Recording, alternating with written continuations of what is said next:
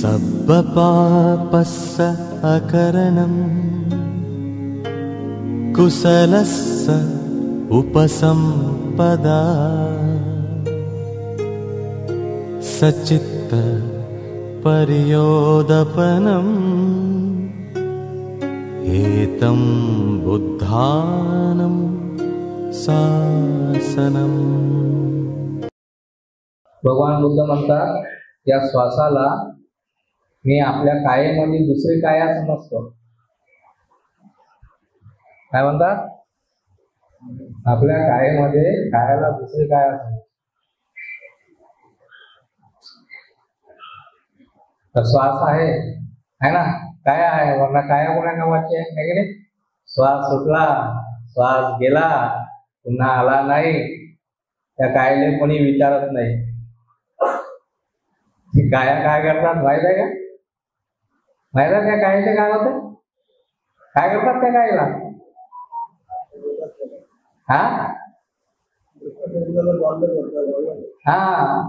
घरचे लोक तिथे ठेवत नाही. घरी प्रिय कितीही असला तो व्यक्ती त्याला घरी ठेवत नाही. त्याला संशयात घेऊन जातात, जाळून टाकतात, आहे की नाही? तर हे काया आहे, कायामध्ये श्वास आहे. या श्वासाला आपण जाणलं पाहिजे. श्वासामुळे काय आहे, अन्यथा कायाचे काही महत्व राहत नाही. कोणी त्याला त्या कायला किती सुंदर असत कोणी ठेवत नाही.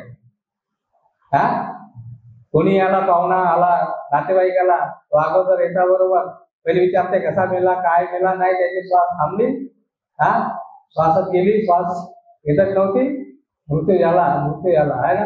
दुसरा बनवून किती वाजता नेणार आहे, कधी नेणार आहे की नाही, विचारतात की नाही? नाही आता याला न्यायचे की नाही, इथं ठेवा, आपल्या घरी ठेवा, आपण शोकेस मध्ये सजवून, खूप चांगला व्यक्ती होता. म्हणते काय म्हणते तरी म्हणत नाही ना. कोणी आला, फोनवर कोणी विचारत माहीत झाला, फलाना व्यक्ती गेला,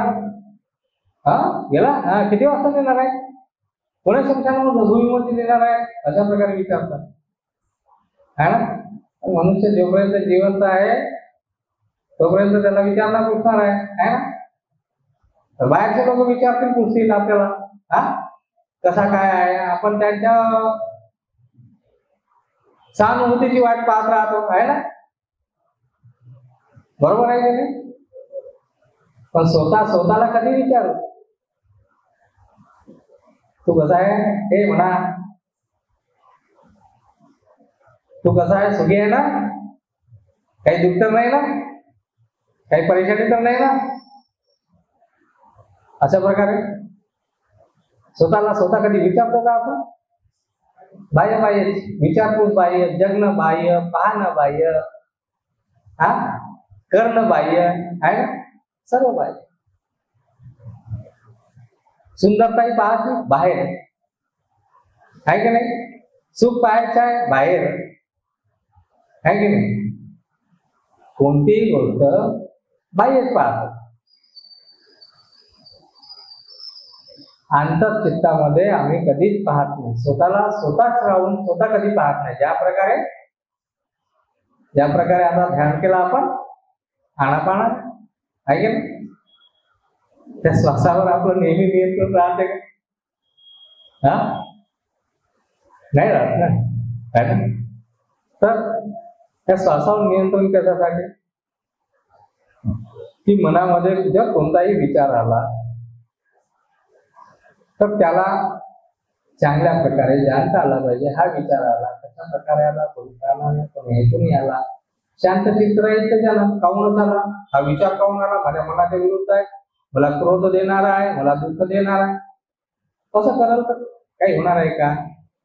मग मनाला शांत करण्यासाठी ह्या आनापानाचा माणसाला खूप लाभ होत असतो.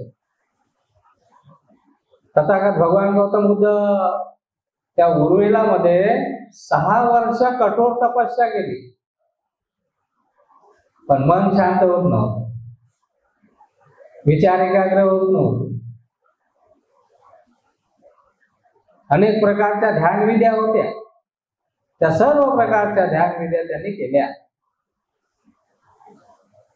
स्वतःच्या हाडाचे म्हणजे स्वतःच्या शरीराचे माती करून टाकले. त्याचे जीर्ण शीर्ण त्या शरीराला एवढं सुंदर जे शरीर होतं त्या शरीराची स्वतःच्या हाताने काय क्लेश देऊ देऊ असं करून टाकलं होतं की नुसते हाड आणि नसा दिसत होते त्यांच्यावाल्या, मांस अजिबात नव्हतं. चमडी राहिली होती फक्त, तेही हाडाला जाऊन चिपकली. पोटाला हात लावायला गेला तर पाठीच्या कणा हातात यायच्या आणि पाठीच्या कण्याला हात लावलं तर पोटाची चमडी हातात यायची. डोळे तर होते पण ते अंदर खूप खोल चालले गेले होते. तुम्ही कवटी पाहिली का? कवटी हा म्हणजे खूप जीर्ण झालेली नाही, नवीन नवीन कवटी असते ते कसं तशा प्रकारे पिचकलेले गाल पूर्ण अंदर गेलेले, गड्डे पडलेले, हा नाक, डोळे पार आत गेलेले, आतून फक्त थोडं थोडं. खूप काय क्लेश कष्ट देऊन टाकला अंगावरती. हा ऊन, अति ऊन घेत घेत ध्यान केलं, तप केलं, साधना केली. ग्रीष्म ऋतूच्या महिन्यामध्ये उघड्या अंगाने भर उन्हामध्ये उभे राहून ध्यान केलं.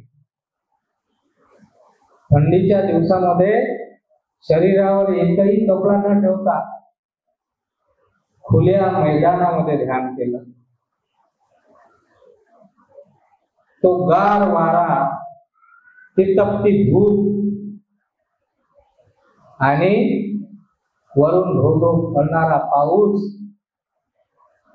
एवढी कठोर काय क्लेश स्वतःच्या शरीराला एवढी कष्ट देत देत देत ध्यान साधना. काय काय अवस्था झाली? मरणासन्न अवस्था झाली होती भगवंताची, सॉरी सिद्धार्थाची. त्यावेळेस ते सिद्धार्थ बोधिसत्व सिद्धार्थच होते. एवढा सुकुमार दिसणारा जो राजकुमार, एवढा सुंदर दिसणारा राजकुमार, ज्याची काया पाहून, ज्याची शरीर कांती पाहून धावणारा माणूस थांबून जात होता. म्हणजे चालायला लागत होता, चालणारा माणूस थांबून जात होता. थांबणारा माणूस जेथपर्यंत तो सिद्धार्थ डोळ्याने ओझल होत नाही तिथपर्यंत त्याला पाहत होता. एवढं सुंदर त्याच्या शरीर, त्याच्या शरीरावर एकदा कोणाचे लक्ष गेलं तर त्याच्या शरीरावरून कोणाची नजर हटत नव्हती. वारंवार एवढा सुंदर, एवढा सुंदर, एवढी काया त्याची सुंदर होती. आणि त्या अशा सुंदर कायचं काय करून तो टाकलं होतं? काय क्लेश देऊ देऊ त्या शरीराच्या संपूर्ण माती करून टाकलं होतं. माती सारे कोणाला काही किंमत नाही त्या शरीराला, आता कोणी पाहत नाही. अशा प्रकारे झालं होतं. भगवान बुद्ध सांगतात की अशा प्रकारे खूप कठोर तपस्या केली.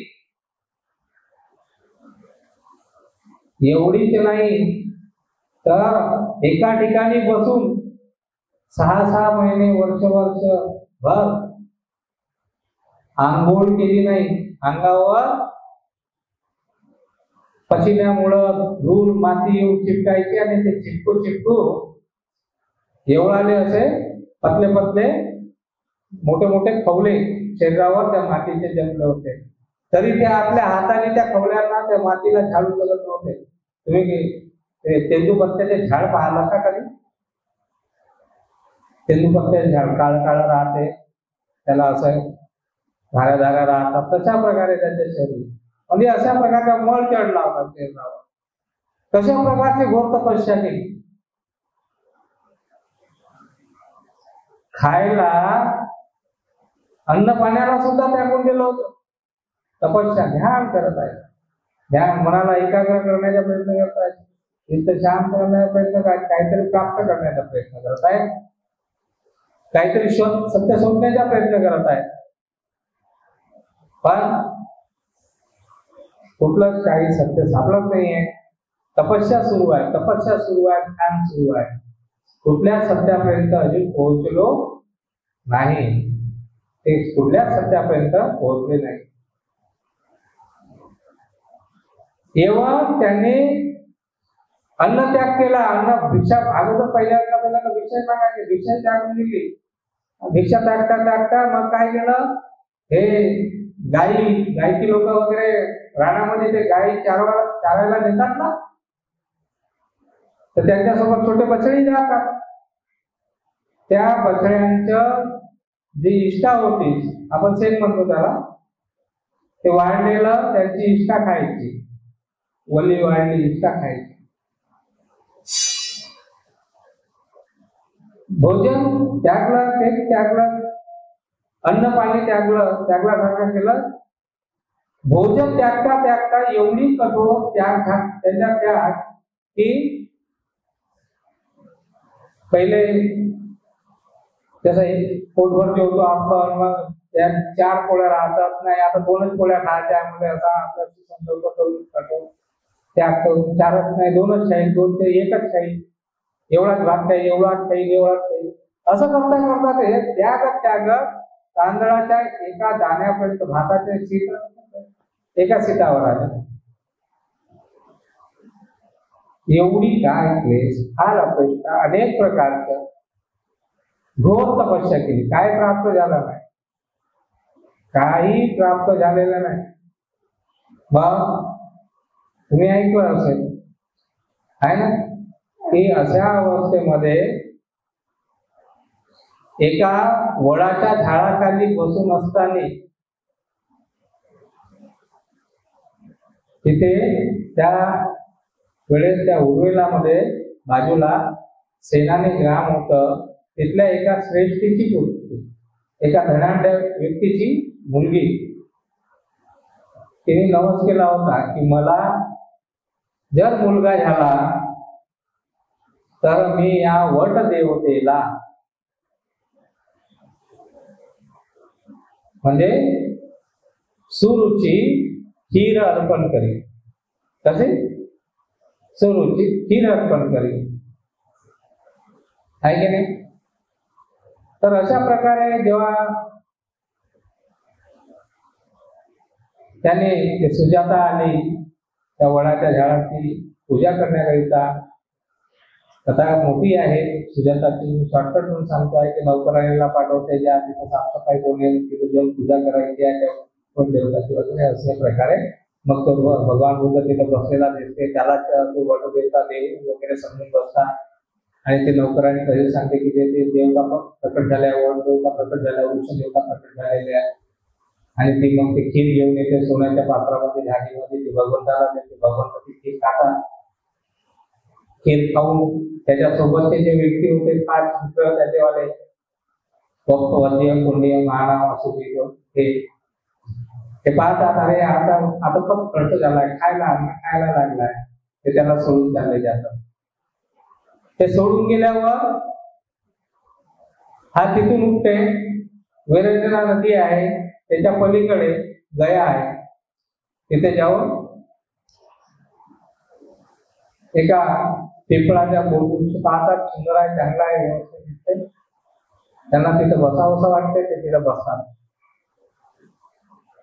तर त्या खिरीचे त्यांनी 49 सोड वगैरे खाल्ले होते, ते आपलं नाही महत्वाचे आहे. आपला आपण आज आनापान केला ना, काय केलं? आनापानाचा अभ्यास केला आहे की नाही, ध्यान केलं ना आपण. भगवंताला किती कठोर ध्यान केलं, किती कठोर तपस्या केली आहे ना. तुम्ही 10 मिनिटाचं ध्यान केलं, खूप झालं 1 तासाने ध्यान करता, बरोबर की नाही? पण त्यांनी एवढी कठोर तपस्या केली, काही प्राप्त झालं नाही, कारण की चित्त एकाग्र झालं नाही, मन भटकते, आहे की नाही? मन कुठं नाही कुठे विषयामध्ये पटकन निर्माण होऊन जाते. मग जाग येते, अरे माझे मन भटकलं, मी असं विचार करतो, मी आराम करतो, मी ध्यान करत म्हणतो, पुन्हा येते जागेवर, पुन्हा थोडसा 1 मिनिट नाही 2 मिनिटं नाही, पुन्हा ध्यान भटकते, पुढे नाही पुढे जाते. भूतकाळात भविष्यकाळामध्ये कुठेही चालला येते, सुखात दुखात कुठेही चालला येते मित्रात, पुन्हा कुठे कुठे चालला खाण्यापिण्यामध्ये कशामध्ये चालला येते. भगवंत तिथे पिंपळाच्या झाडाखाली बसले. तिथून सुधागरने खीर घेतल्यावर 49 कोट खीर घालली, इकडे आले आणि त्यांनी विचार केला. मग थोडीशी ऊर्जा आली, भोजन करायला लागले, थोडी ऊर्जा आली, खीर घालल्यानंतर भोजन करायला लागले, ऊर्जा आली शरीरामध्ये. आता शरीरामध्ये ऊर्जा आल्यावर त्यांनी विचार केला, 6 वर्ष कठोर तपस्या करत माझ्यासारखी तपस्या करणारा कदाचितच त्या तलावर जन्माला आला असेल. आणि खरंच आतापर्यंत जेवढे युद्ध झाले त्यांच्या अगोदर 27 युद्ध झाले, अशी घोर कठोर तपस्या एकाही युद्धाला करावी लागली नाही. पण सिद्धार्थ गौतमाला अशी घोर कठोर तपस्या करावी लागली, तरी पण बुद्ध तो प्राप्त झाला का? बुद्ध तो प्राप्त झाला नाही. आठही ध्यान शिकले होते. आलारकाला कडून 7 ध्यान, उदकराम पुत्राकडून 7 ध्यान, आलारकालाकडून 8वा ध्यान, अशा प्रकारे जे ध्यानाची सर्वात मोठी त्यावेळीची अवस्था होती. विचार प्रीती सुख एकाग्रता, नाही का? मग ते सामर्थ्य. तर अशा प्रकारे 8 ध्यान, 8 ध्यानामध्ये पारंगत असलेला व्यक्ती निब्बाण प्राप्त करू शकत असो. निब्बाण म्हणजे सत्यापर्यंत पोहोचणे, सत्य प्राप्त करू शकत नाही, सत्याला जाऊ शकत नाही. जगातलं विशेष काहीतरी सत्य आहे, काहीतरी विशेष प्रकारचं ज्ञान आहे, प्राप्त करू शकतात. पण त्या पिंपळाच्या झाडाखाली तिथे बसले असता त्यांनी सर्व प्रकारच्या जेवढ्या तपस्या होत्या, जेवढे ध्यान होते, त्यांच्यावर आपला मागे जेव्हा विचार केला की याच्या मला काय लाभ झालाय, काय कारण आहे. ज्या ज्या प्रकारच्या तपस्या ऐकल्या होत्या, कोणी जसं सांगितलं की असं असं कठोर तपस्या करावं लागेल, तसं त्या सर्व तपस्या केल्या, काय लाभ झाला नाही. मग त्यांना एक घटना आठवली. बालपणी लहान असताना पावसाळा सुरू व्हायच्या अगोदर उन्हाळ्यामध्ये शेती नांगरण्याचा एक उत्सव राहायचा. आणि तो उत्सव याचे वडीलच राजा असल्यामुळे त्या राज्यात मोठ्या उल्हासाने आणि आनंदाने तो उत्सव शेतात नांगर टाकण्याचा उत्सव बनवायचा. तेव्हा त्या उत्सवामध्ये हा सिद्धार्थ बालक 7 वर्षाचे असताना त्याला सुद्धा घेऊन गेले आणि त्याच्यासाठी दास-दास्या सर्व होत्या. त्या दास-दास्यांना त्याच्या सेवेमध्ये ठेवलं आणि इकडे उत्सव सुरू झाला. तो उत्सव एवढा म्हणजे रंगीत होता, एवढा म्हणजे मनाला आकर्षित करणारा होता की त्या उत्सवाला पाहण्याशिवाय गावातला एकही व्यक्ती राहत नव्हता. एवढा म्हणजे त्या प्रकारचा तो उत्सव होता. म्हणजे जायचं तर जायचं, पाहायचं तर पाहायचं, खूप सुंदर म्हणजे आकर्षित करणारा उत्सव होता. तर ते सिद्धार्थाच्या जवळ ज्या दाताच्या ठेवला ते तुम्ही सिद्धार्थाला सांभाळा, लहान आहे, छोटा आहे, कारण की तिकडे काय लहान लेकरण देत नाही, कारण की बैल वगैरे राहतात, माहिती नाही, ते फास नांगर वगैरे. तर असो काही, पण ते सिद्धार्थाला त्या झाडाखाली तिथे घेऊन त्या दाताचा राहतात. काही वेळाने सिद्धार्थ झोपी जाते. सिद्धार्थाला झोप आल्यावर त्यांना वाटते अरे आता झोपू, आता तर हा सिद्धार्थ झोपलाय, चला 2 मिनिटं आपण जेवण खाली तो उत्सव पाहून उभा राहून आणि काय फरक पडतो. त्या दास्या 2 मिनिटाकरिता गेले, फक्त काय सुरू आहे सुंदर तो उत्सव कशा प्रकारे करता येतो तो सहज पाहायला गेले. 2 मिनिटं पाहता पाहता ते तिथे एवढे रममान होऊन गेले की ध्यानात दिसून गेले की आपण सिद्धार्थाची सेवा करण्याची, देखरेख करण्यासाठी आलो होतो. सिद्धार्थ एकटा तिथे झोपला आहे. तेव्हा काही तासांनी, 1-2 तासांनी त्यांना जाग येते, अरे आपण इथे ब्रह्मांड सिद्धार्थाला तिथे एकटेच टाकलं आणि त्या एवढे दादाच्या धावत येतात. ज्या झाडाखाली तो सिद्धार्थ झोपलेला असते तिथे ते झाड असते जांभळीचं. जांभळीचं झाड बघितलं ना, जांभूळचं झाड, जांभळीचं झाड. त्या जांभळीच्या झाडाखाली तो बसला आहे, आता झोपलेला नाही आहे, मांडी घालून बसलेला आहे. आणि असं ऐकलं आहे, असं वाचलं आहे की त्या झाडाची जी सावली होती, संध्याकाळ होत आली होती. आता तुम्ही 5-5:30च्या टायमामध्ये किंवा 6च्या टायमामध्ये जेव्हा तुम्ही उन्हाळ्याच्या दिवशी पाहता, तर सूर्य जेव्हा पूर्वेकडून जेव्हा पश्चिमेकडे असते, तर त्यावेळेस त्या कोणत्याही वस्तूची सावली कशी जाते? सकाळी जेव्हा सूर्य पूर्वेकडून उगवते तेव्हा माणसाची सावली कशी जाते? लांब जाते. जेवढा माणूस राहते की नाही त्याच्या 5 पटीला सामोरच जाईल. जेवढा एखादं झाड असं त्याच्या 5 पटीला असं जाईल. तर जेव्हा संध्याकाळी पण सूर्य असं जाते तर त्याची सावली सर्वांची लांब जाते. पण त्या जांभळीच्या झाडाची सावली ज्या प्रकारे सूर्य दुपारच्या वेळेस माथ्यावर येतो तेव्हा आपली सावली कुठं असते? आपल्याच गोल, आहे की नाही? पण ती संध्याकाळच्या वेळेस ती सावली लांब न जाता गोल झाली होती, असे मी ऐकले, असे मी वाचले, है ना. आता आपण म्हणतो एवा मे सुतंग एक समय काय, एका वेळेस असं झालं होतं. तर ही गोष्ट आश्चर्यकारक होती की सर्व झाडांची सावली लांब गेली, पण त्या झाडाची सावली गोल आहे आणि तिथे सिद्धार्थ एकटाच ध्यानस्थ बसला आहे. आता ध्यानस्थ कसा बसला? कोणी आपल्या आजूबाजूला नाही पाहिलं, कोणी जवळ नव्हतं, त्याला वाटलं काय करू, असंच पोट खालीवर झालं. मग हे पोट खालीवर का नव्हते पाहिलं त्यानं पाहिलं, इथून दोन्ही नाकपुड्यातून श्वास येत आहे, श्वास जात आहे. पहिल्यांदा कोणी दिसलं नाही की नाही त्याला, असं पाहिलं, श्वासाचा स्पर्श झाला, असा आत गेला. असं करते की नाही माणूस? एखादा लहान बालक किंवा कधी आपण पण असं कधी होते का नाही? हा, एकदम असं दचकल्यासारखं वगैरे कधी आपण होतो, श्वासाची गती कमी असतात, श्वास येत आहे जाता, आणि त्या श्वासाला पाहत बसला, कसा येत आहे, कसा जात आहे, इथून कसा येते, इथूनच कसा येते. आणि पाहता पाहता त्याच्या मन एकाग्र झालं. ते एकाग्र झालं होतं, ध्यान लागलं होतं त्याच्या 7व्या वर्षी, त्या श्वासाकडे पाहता पाहता. आणि ती गोष्ट जेव्हा मग यांना माहीत झाली, ते जे गेले त्या राजाने सांगाले की बाबा आश्चर्य झालं, जिथे सिद्धार्थ बसला आहे सर्व झाडांची सावली गोल लांब गेली आहे आणि सिद्धार्थ जिथे बसला आहे तो ध्यानस्थ आहे आणि त्या झाडाची सावली गोल आहे. तेव्हा तो त्याच्या वडील, राजा वगैरे राजावर आला, पण त्याच्या वडील पण आला, राजा शोधोधन. त्याने असं पाहिलं, दुसऱ्यांदा आपल्या मुलाला नमस्कार केला.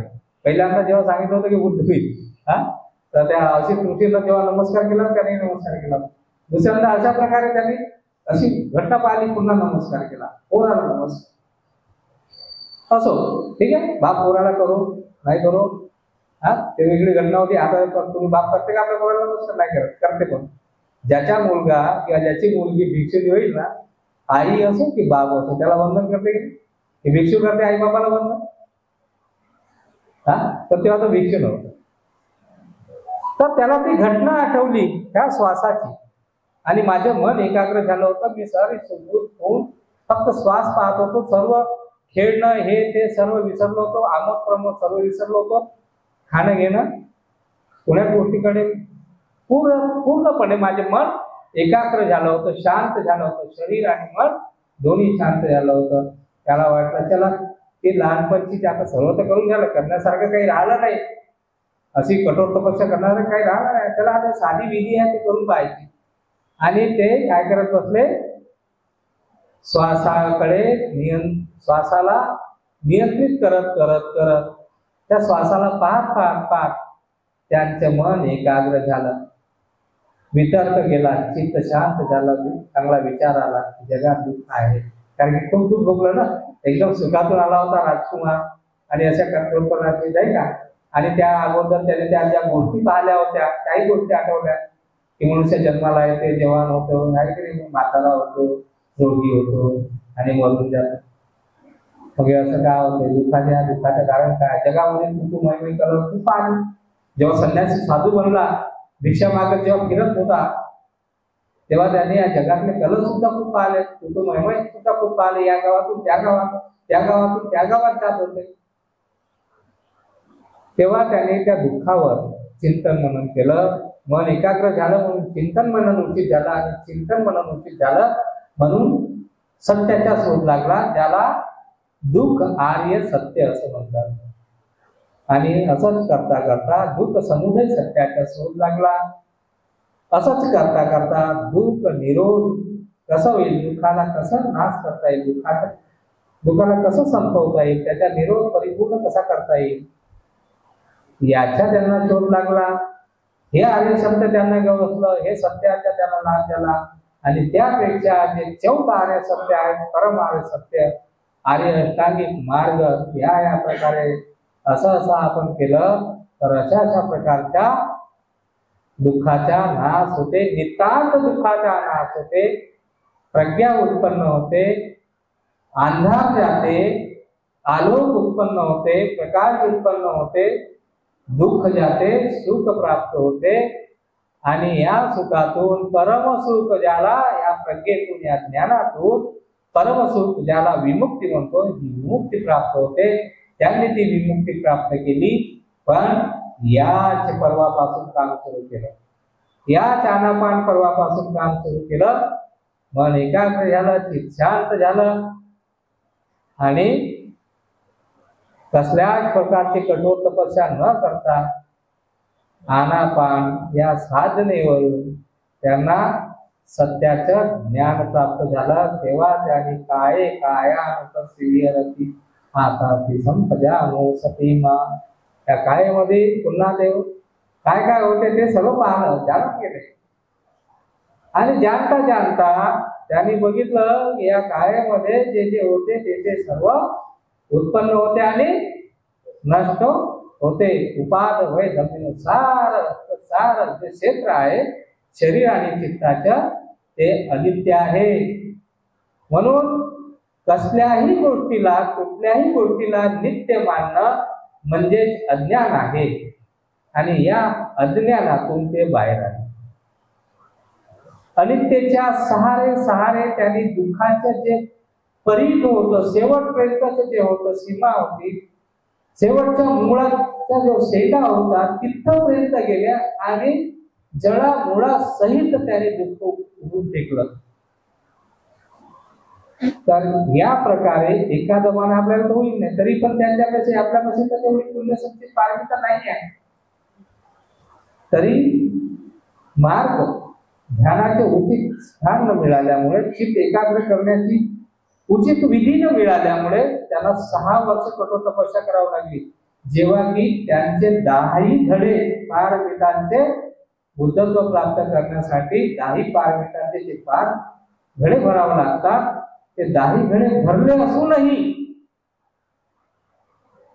त्यांना बुद्धत्व प्राप्त करण्याकरिता एवढी कठोर तपस्या करावी लागली, एवढा लंबा कालावधी लागला. पण आनापानावर आले, एका रात्रीमध्ये त्यांना बुद्धत्व प्राप्त झाले. बरोबर हा?